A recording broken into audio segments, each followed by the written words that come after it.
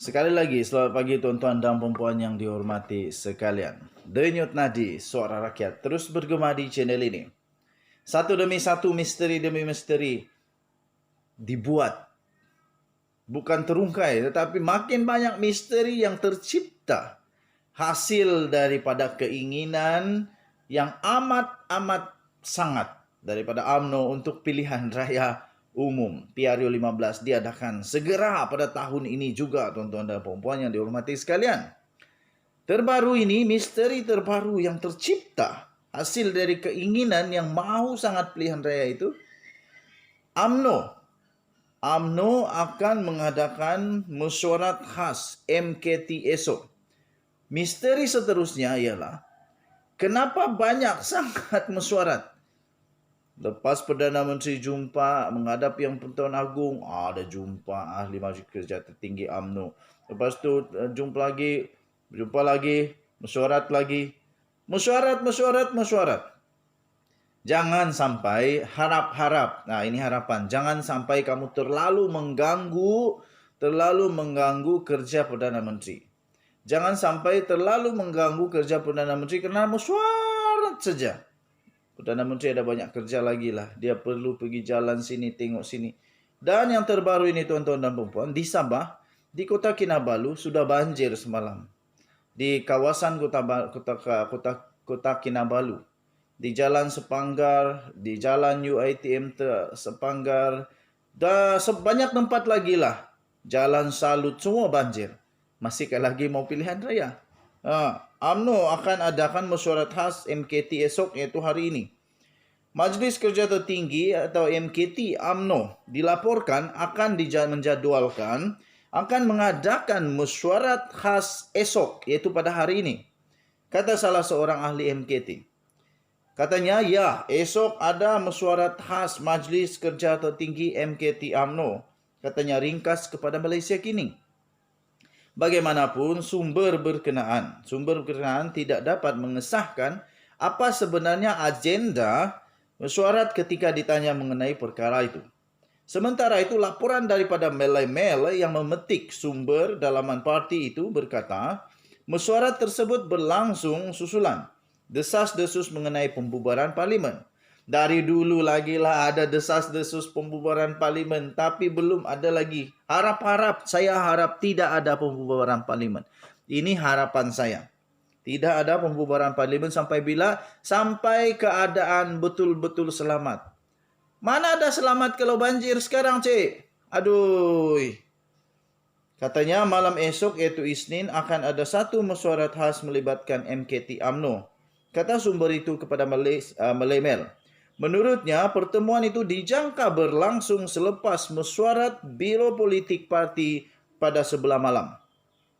Ujar sumber tersebut, Perdana Menteri iaitu Datuk Seri Ismail Sabri Yaakob dikatakan berada di bawah tekanan untuk menyegerakan pilihan raya umum ke-15 di samping pimpinan parti itu yakin akan memenangi PRU. Sebelum ini terdapat desas-desus parlimen akan dibubarkan dalam masa terdekat. Pilihan raya umum mesti diadakan dalam tempoh 60 hari selepas parlimen dibubarkan. Kalau parlimen dibubarkan pada Oktober, katakanlah esok parlimen bubar. Esok berapa bulan? Jadi pilihan raya boleh dilaksanakan sebelum bulan Disember lah. Sebelum bulan Disember.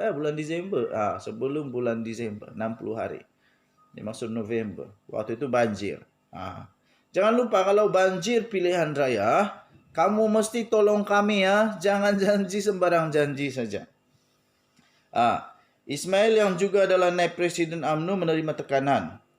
Hasil daripada keinginan yang mahu sangat pilihan raya itu. Satu lagi tiap topik yang mungkin dibincangkan, dipercaya berhubung pendirian UMNO terhadap kerjasama dengan PAS pada PRU 15. Pada Selasa lalu, Presiden UMNO Ahmad Zahid Hamidi berkata, PAS perlu memilih UMNO atau Perikatan Nasional dan perlu memutuskan hubungan dengan PN sekiranya mahu bekerjasama dengan UMNO. Bengong kepala Hadi Awang kali ini. Memang bengong.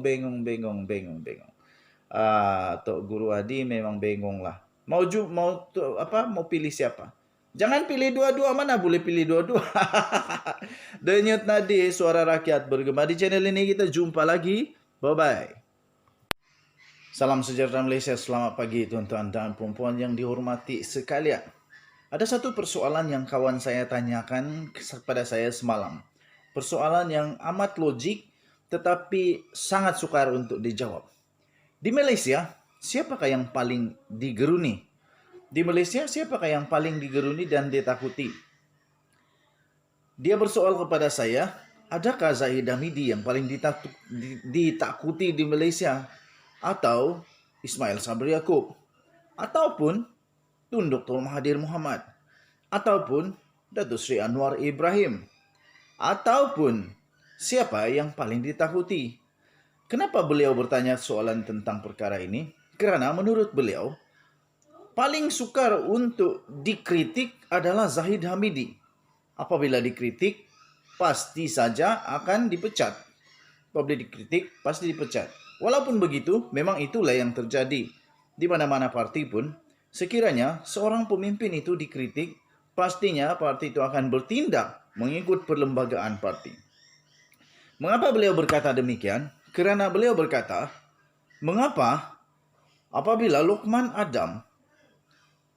Nur Adam mengkritik malah memfitnah Perdana Menteri Datuk Seri Ismail Sabri Yaakob, beliau tidak diberikan apa-apa tindakan oleh UMNO. Sedangkan Datuk Seri Ismail Sabri Yaakob adalah Perdana Menteri.